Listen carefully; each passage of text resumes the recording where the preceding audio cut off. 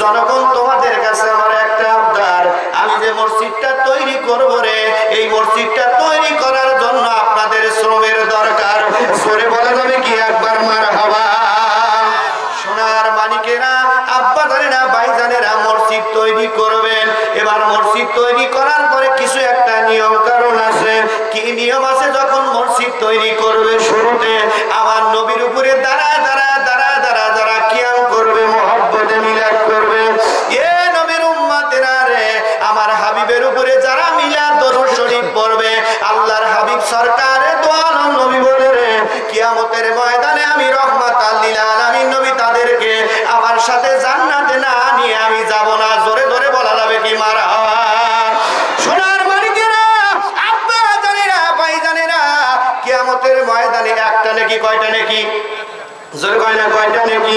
একটা নেকির জন্য আল্লাহ তাবারক তাআলা ডাক দিয়ে বলবে, এ আমার বান্দা, তোমার জনম দুঃখিনী মার কাছে চলে যাও, তোমার ভাইয়ের কাছে চলে যাও, তোমার পানের বিবির কাছে চলে যাও, তোমার পানের বিবির কাছে যে একটা নেকি নিয়ে আসো, একটা নেকি নিয়ে আসো। আল্লাহর বান্দা কাঁদতে কাঁদতে কলিজার টুকরা মার কাছে দাঁড়ায় যাবে, ও মা আমাকে একটা নেকি দাও, আজ কিয়ামতের ময়দানে, মিজানের ময়দানে একটা নেকির কারণে মা আমাকে জাহান্নামে দিয়ে দিচ্ছে রে মা। ও মা, দুনিয়াতে আপনি আমার জন্য জীবন দেওয়ার জন্য রেডি হয়ে যান।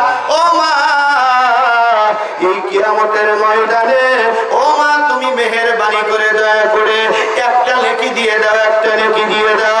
জনম দুঃখিনী মা বলবে, আমার দুনিয়ায় বিয়ে, জোরে কয় না বিয়ে, বিয়ে হয় নাই, যাও যাও দূরে চলে যাও, আমি তোমাকে চিনি না চিনি না।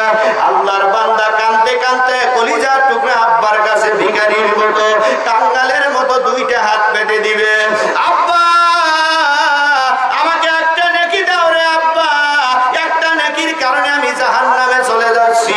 জনম দুঃখিনী মার কাছে বিদায় হওয়ার পরে আব্বা ডাক দিয়ে বলছে, না না আমি তোমাকে চিনি না। এবার পান বিবি স্ত্রীর কাছে দাঁড়ায় যাবে, ও পানের বিবি একটা নেকি আমাকে দাও না, একটা নেকি দাও।